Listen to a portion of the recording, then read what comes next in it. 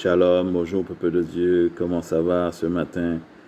Nous sommes au 4e jour de notre programme. Les choses avancent à grands pas et nous approchons de la fin. Nous approchons du 7e jour. Ici, votre serviteur, le révérend Père André, je vous salue dans le doux nom de Jésus. Salutations à tous ceux qui m'écoutent, quel que soit le pays où tu te trouves, mon ami. Que vraiment la paix du Seigneur soit avec toi, sur ton foyer, dans tout ce que tu fais, dans toutes tes activités. Que Dieu vous bénisse abondamment. Amen. Hier, nous avons parlé de cet homme qui était malade depuis 38 ans, qui était couché près de la porte des brebis, près de la piscine de Bethesda. Et cet homme a fait une rencontre extraordinaire avec Jésus. Il a vraiment expérimenté la puissance de Dieu. Il a fait une rencontre qui lui a changé sa vie. 38 ans qu'il est là. 38 ans qu'il voit les gens passer devant lui. Il voit des gens guérir devant lui. Et lui, il est toujours dans cette même situation. Il se peut que tu es dans ce cas. Il se peut que c'est ce que tu vis, mon ami. Depuis des années, tu vois les autres avancer, toi tu n'avances pas. Et il a fait une rencontre extraordinaire avec Jésus. Jésus l'a délivré. Et cet homme est allé dans le temple témoigner, remercier Dieu. Et Jésus l'a rencontré là, l'a trouvé là, et Jésus lui a dit, ne pêche plus de peur qu'il ne t'arrive quelque chose de pire. Nous comprenons bien que c'est à cause de ses péchés personnels qu'il est tombé dans cette situation. Nous comprenons bien que l'univers, comme on dit que ce que l'on sème, c'est ce qu'on récolte. Et cet homme, il a récolté, à cause de ses péchés, un blocage qui lui a coûté 38 années dans sa vie. Le Seigneur a prévu que l'Église puisse mettre en place ce qu'on appelle la confession.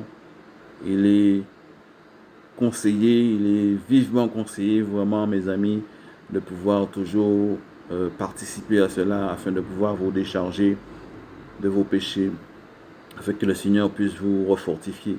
Je prie pour que, quel que soit là où tu es, mon ami, que tu puisses toujours continuer à marcher avec Jésus, marcher dans la sanctification, marcher dans la paix et augmenter ta foi parce que Jésus revient bientôt. Aujourd'hui, nous allons parler d'un dossier quand même assez délicat concernant les problèmes, les blocages sentimentaux.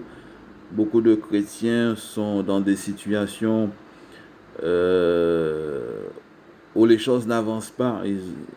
Ils veulent accéder au lien sacré du mariage, ils veulent construire quelque chose de bien, quelque chose de solide, de durable pour la gloire de Dieu.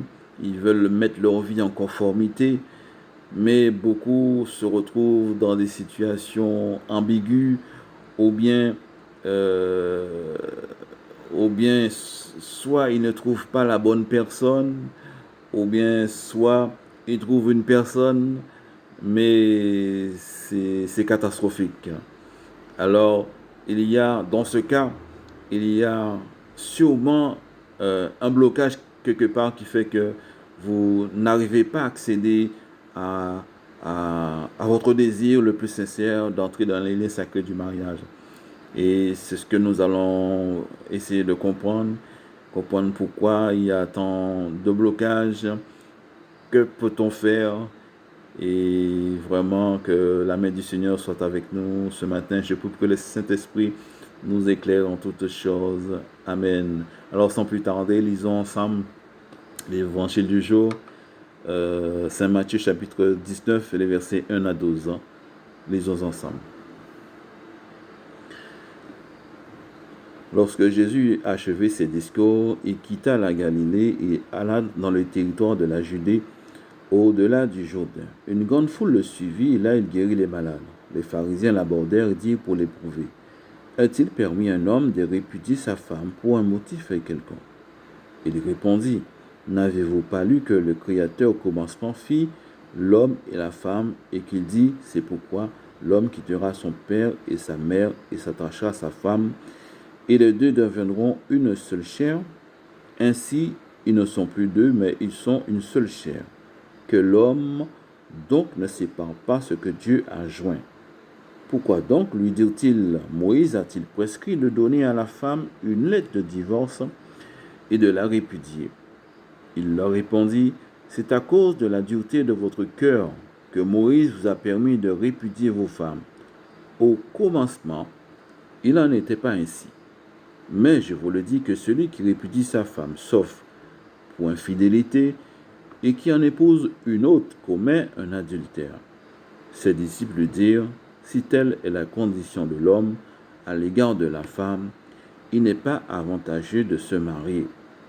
Il leur répondit, tous ne comprennent pas cette parole, mais seulement à ceux à qui cela est donné, car il y a des eunuques qui le sont dès le ventre de leur mère, et il y en a qui le sont devenus par les hommes. Et il y en a qui se sont eux-mêmes rendus eunuques à cause du royaume des cieux. Que celui qui peut comprendre, comprenne. Parole du Seigneur. Amen. L'homme quittera son père et sa mère et s'attachera à sa femme et ils deviendront une seule chair. C'est ça le plan de Dieu pour les hommes. C'est de pouvoir quitter sa famille, quitter son père, sa mère et aller fonder une famille. Mais le problème qui arrive aujourd'hui, que je constate dans l'Église universelle, eh bien, il y a beaucoup de chrétiens célibataires, non pas parce qu'ils veulent rester célibataires, c'est tout simplement parce qu'ils trouvent beaucoup de difficultés, soit pour trouver la bonne personne, ou soit tout simplement soit ils trouvent une personne, mais c'est des problèmes. La personne leur cause des problèmes, c'est des soucis, c'est des tracas, et ça ne va pas.